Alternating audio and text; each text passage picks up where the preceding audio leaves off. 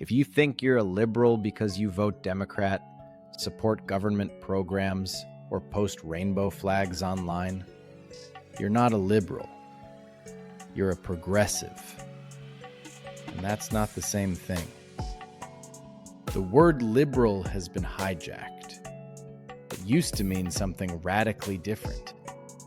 Freedom from the state, not dependence on it.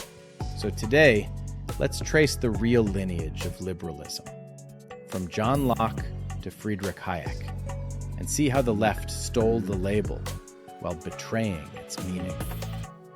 John Locke, the father of classical liberalism. He believed human beings are born with natural rights: life, liberty, and property. The government's job wasn't to grant those rights, it was to protect them. Locke's entire philosophy rested on one dangerous idea. Power belongs to the people, and authority is legitimate only by their consent. His ideas shaped the Enlightenment and the American Constitution itself. But Locke wasn't naive. He knew freedom only works when people are responsible, rational, and moral. Then came Montesquieu, who turned Locke's philosophy into architecture, the separation of powers. He realized that even good people can become tyrants when given too much control. So he designed a system where each branch of government would check the others. It wasn't about perfection. It was about protection. Next came Adam Smith, the moral philosopher of economics.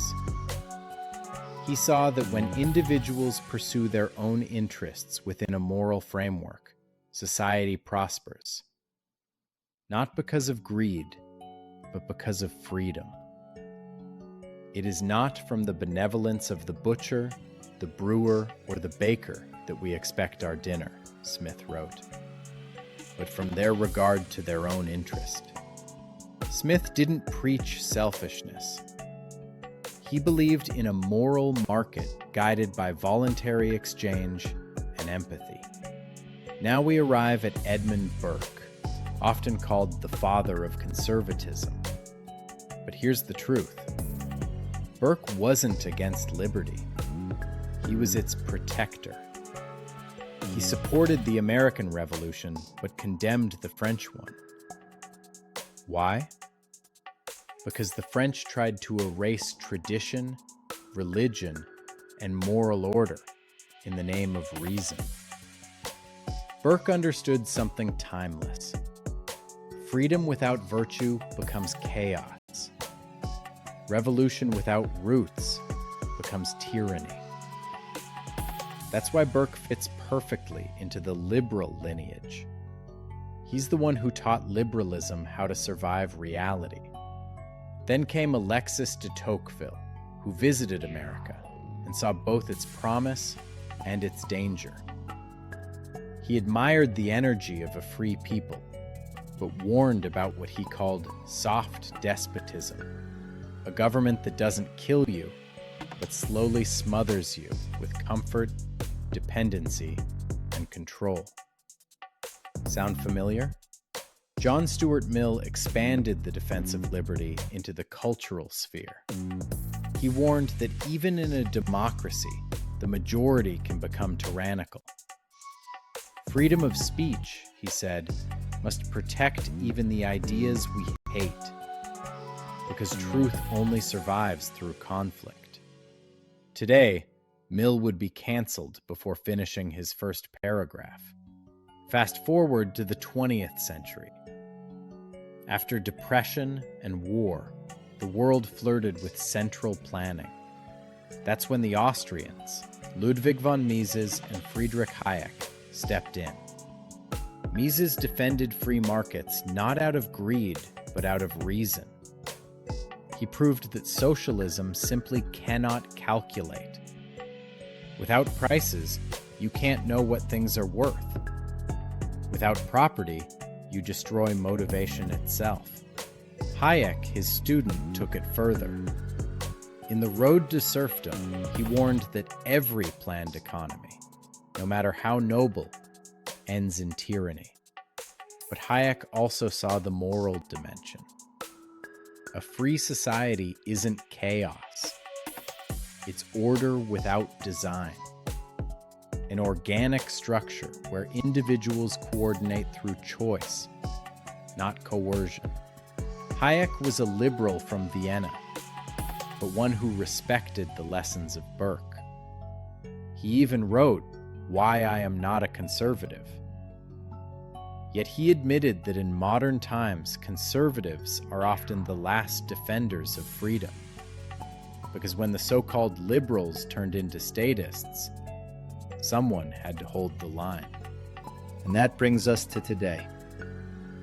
Even people I respect, like Bill Maher, fall into this conceptual trap.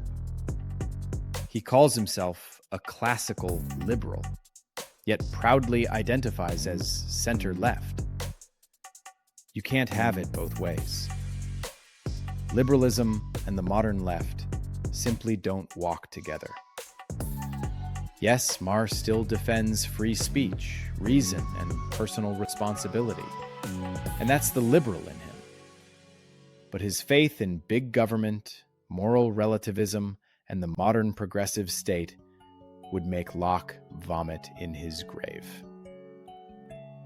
That contradiction is the symptom of a civilization that forgot what the word liberal even means.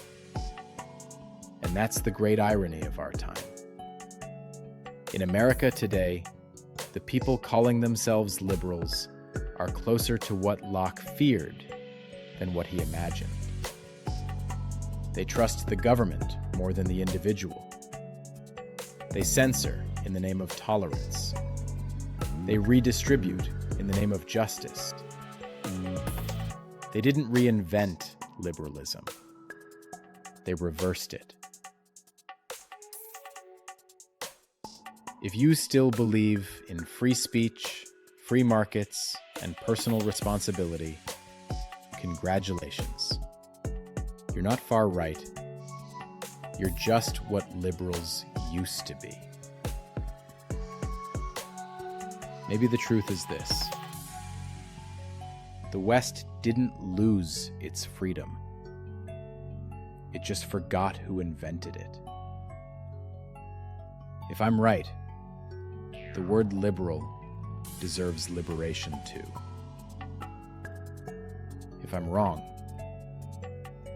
maybe freedom itself was just a passing phase.